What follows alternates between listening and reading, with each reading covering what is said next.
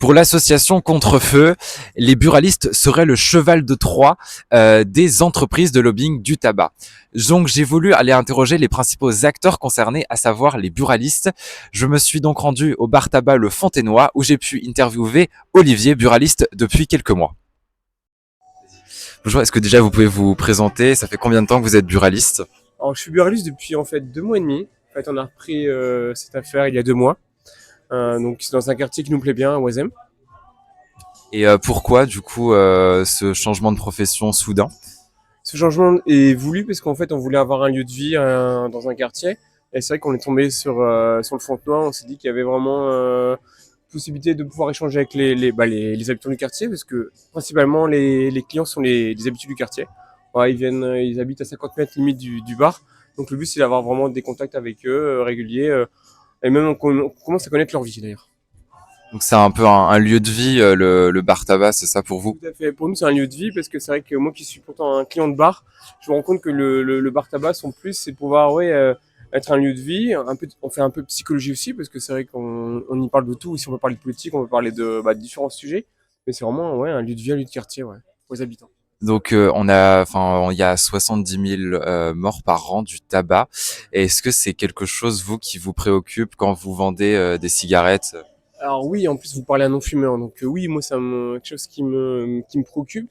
Et souvent, je dis à mes clients, est-ce que vous êêtes passé à la cigarette électronique? Parce que souvent, c'est le passage. Quand on est fumeur, c'est de dire on passe à la cigarette électronique pour à terme arrêter. Donc oui, ça me pose question.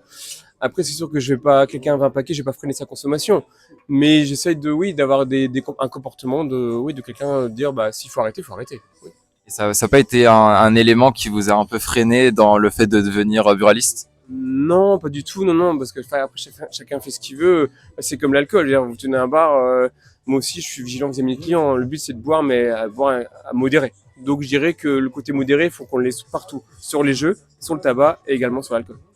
Et est-ce que donc il y avait l'association Contre-Feu, vous considérez que les buralistes étaient un peu les chevaux de Troie parce que il y avait des liens avec les entreprises de lobbying du tabac.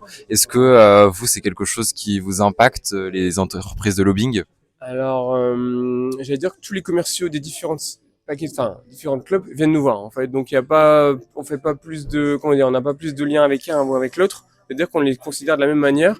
Donc nous, le lobby, on ne sent pas trop. Donc c'est sûr qu'après, les clients, quand ils viennent nous voir, ils veulent à la fois des marques connues comme Marlboro, Camel ou une autre, ou Philippe Maurice. Après, oui, le lobbying, il y en a partout, mais nous, on essaye de pas trop en jouer et limite, ouais, on n'y pense pas, limite. Enfin, on va pas favoriser plus une marque qu'une autre. Et enfin dernière question, est-ce qu'il y a une sociologie particulière des gens qui viennent vous acheter des cigarettes?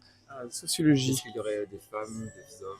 Alors, c'était plus de mecs, effectivement, qui viennent acheter des cigarettes dans le tabac. Mais après, après, au niveau de l'âge, c'est aussi bien des jeunes qui ont 20 ans, parce que moins de 18 ans, malheureusement, enfin, pas malheureusement, mais on leur refuse l'accès aux cigarettes, mais entre 20 et 70 ans, enfin, c'est assez large, en fait.